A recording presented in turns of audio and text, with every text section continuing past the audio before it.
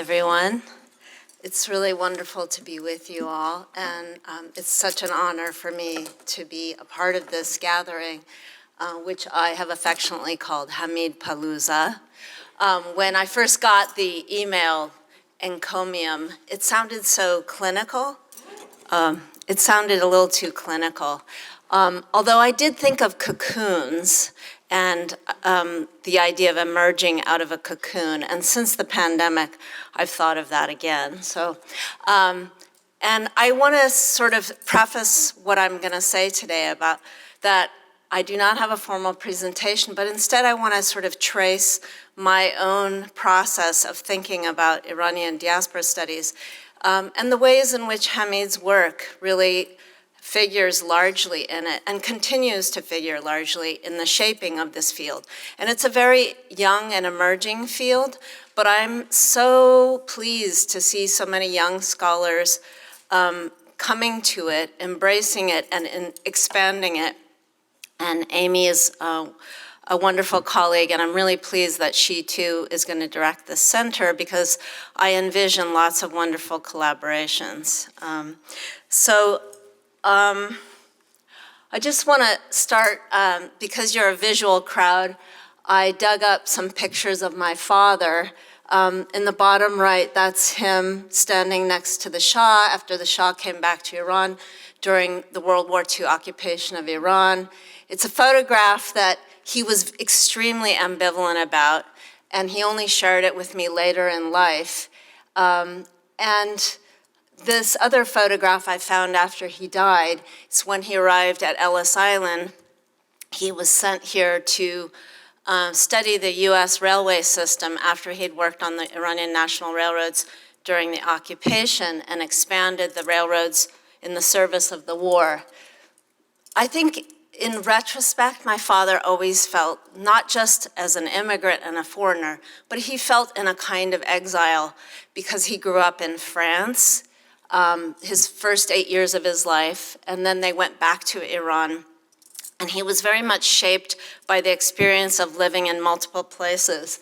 And I think it had a profound impact on me, especially when I came of age during the 1979 revolution, and I was attending a suburban high school in the Bay Area. And I've thought a lot about Hamid's notion of exile as both a sense of loss and a sense of possibility. And I think of my father that way. And so in some ways, I'm always interested in those two poles of what exile and diaspora present to us. This is just a quote from the book. You don't have to read it. But I met Hamid in 1990. I figured it out a few days ago. In 1994, I was a first-year PhD student at UT Austin. And I met him I think we were having coffee at Mesa and standing in a kind of cold November morning. And I had just purchased his book at the Mesa book exhibit. And I was so excited to actually meet him. And I asked him to sign it. I was, sort of excited to meet him, and he was very generous. And he wrote in the book, I'm so pleased to meet you, and I hope our paths cross again. And lo and behold, our paths have crossed in so many ways. And I'm so delighted that the sort of intellectual legacy that Hamid gave to me, he's giving to other younger scholars now. My path came through literature. So I was doing a PhD at UT. Ironically, the title of my dissertation, which I can't fully remember, was something about exile, displacement, and fissured nations. I don't remember. But when I was in my last year of my PhD, I was really struck by how writing about exile was really writing about something I was looking for in myself. And in the process of writing the dissertation, I had a few conversations with other American-born diasporan Iranians And I realized that there were so many of us, and many people were gravitating towards studying Iran, but also were writing about their experiences of living in the diaspora and struggling to make sense of some of the ways in which Iran was being represented. So the first anthology was born from that period of having done this work on exile literatures. And I left graduate school, with this book just being published. And what came out of that was an interest by many other people in sharing their literature that they were writing. So the second book was Let Me Tell You Where I've Been. And that's when I started using the word diaspora. I think it was a little bit audacious of me because I wasn't really invested in the field of diaspora studies, but I couldn't quite say exile for myself, and most people couldn't say it. There were mostly writers who were writing, who had lived the majority of their lives now in the US context or North American context, although there were some Europeans in that. This is a particular one that resonated for me with Hamid's work by a scholar many of you know, Laleh Khalili, who at the time wrote this poem called Defeated. And I was really struck by the last two stanzas. We are not entirely about salvation, nor about fat and prosperity. Our numbers defy a singular notion of passion and desire. Obsessed with the unique superiority of our race, we have survived so long, we have survived so hard, that shape-shifting is coded into our marrow and our memory.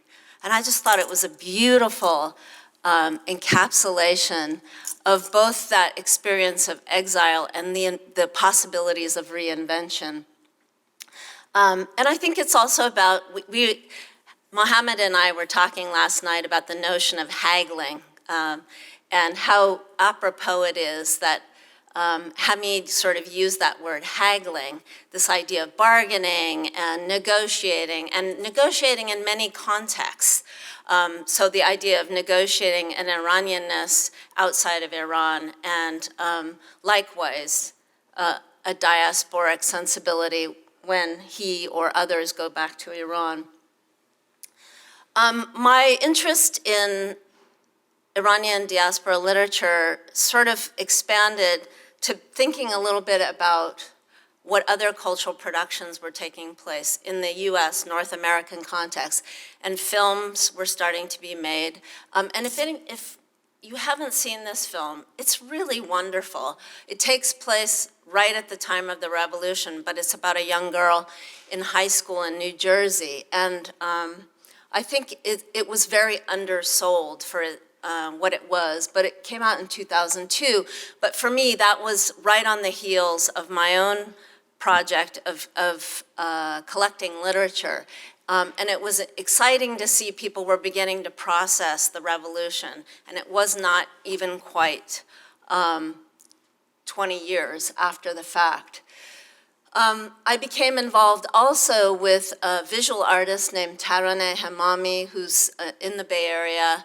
She was in our art school at the time of the revolution, and she and I worked on this project, Hall of Reflections. It was a series of people brought family photographs, and I conducted the writing workshop.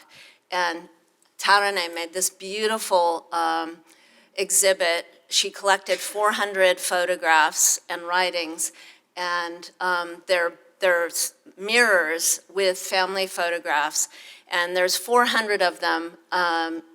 She recently remounted the Hall of Reflections with 64 of those tiles, and the intention was to reflect both the history and the family histories of people who had left Iran in the context of the revolution.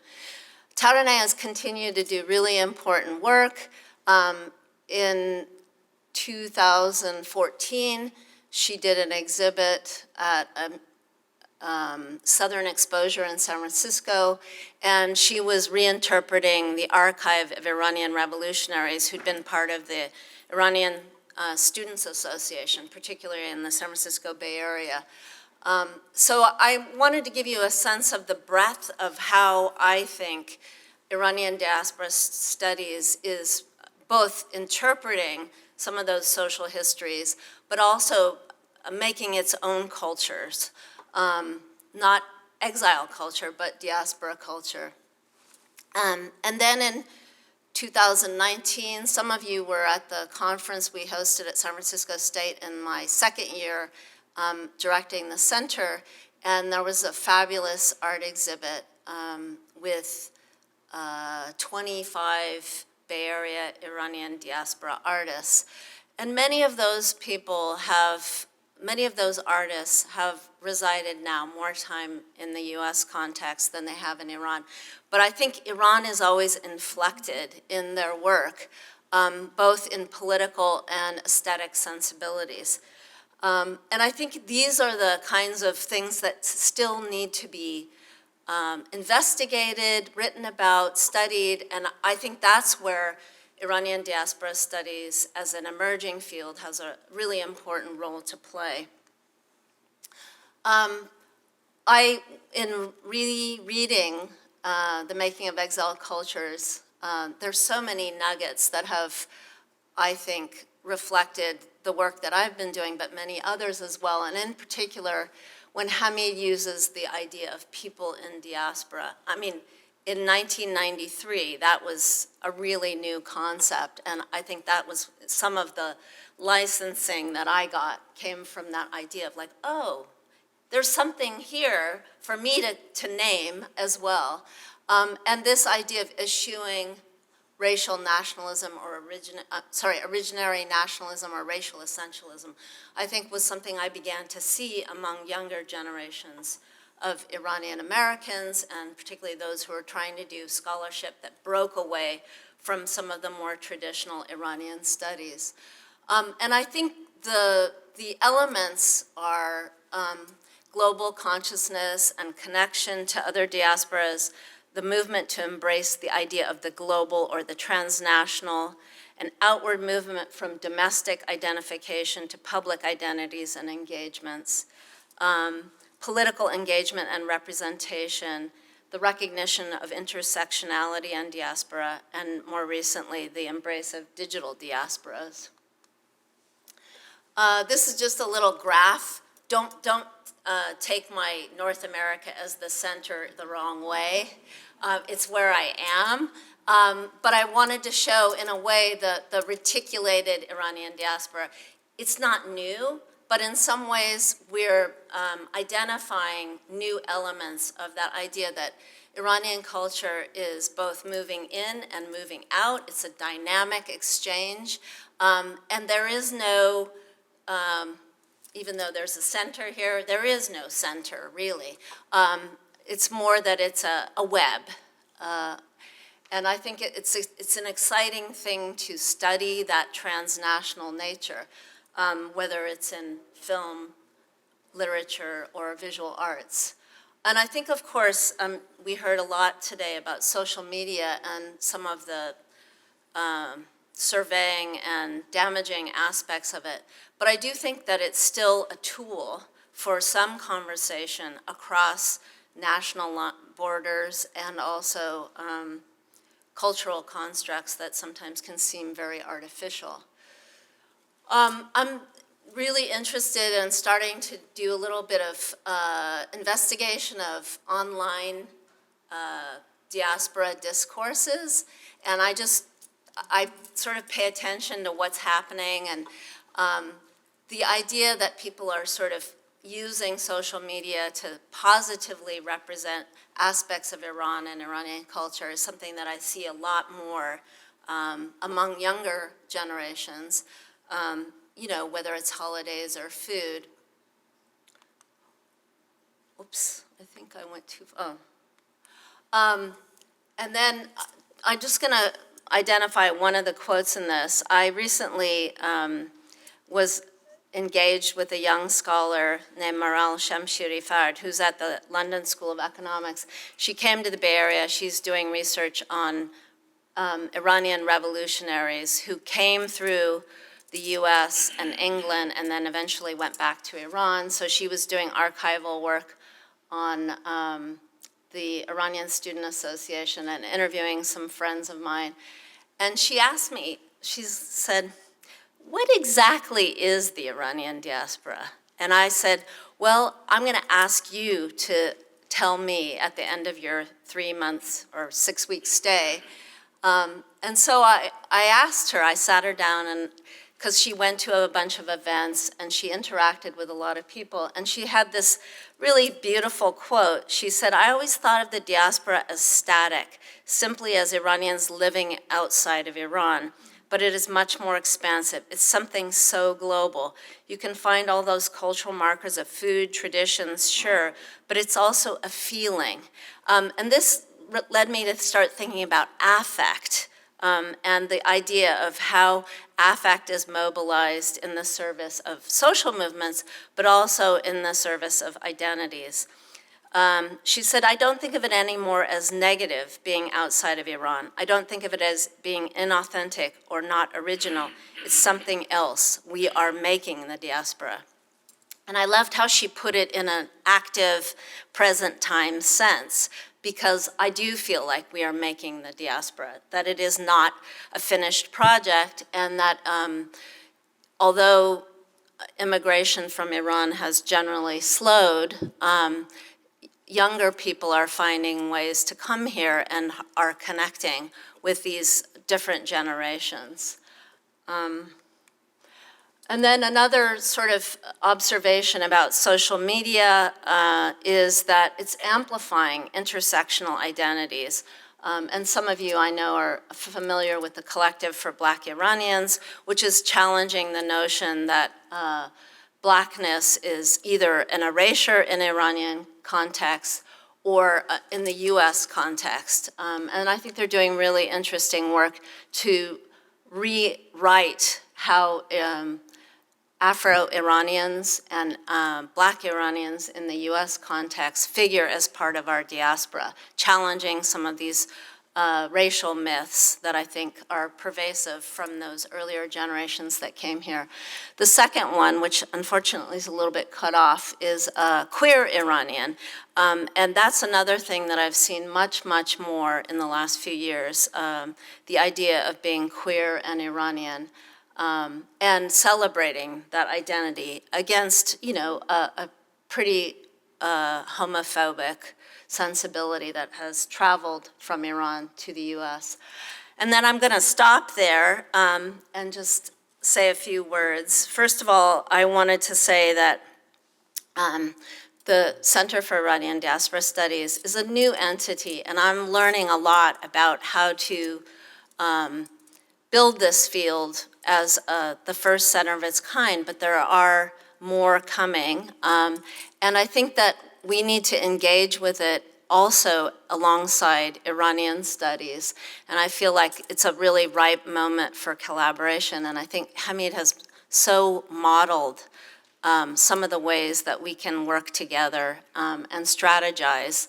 So I'm really pleased that Amy is going to be directing this center, and she and I are collaborating on a conference that will be held in UCLA next February 2023.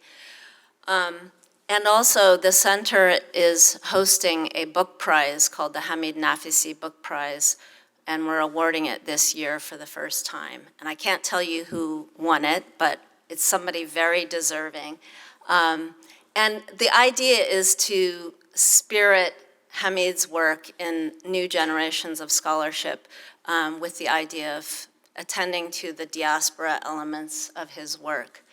Thank you, Hamid, for your incredibly important pioneering work, your generosity of spirit, and the ways that you touch so many of us. And I hope that you keep working. No matter how far away you are in Montana, you keep working and you keep bringing us new energy and new insights. Thank you.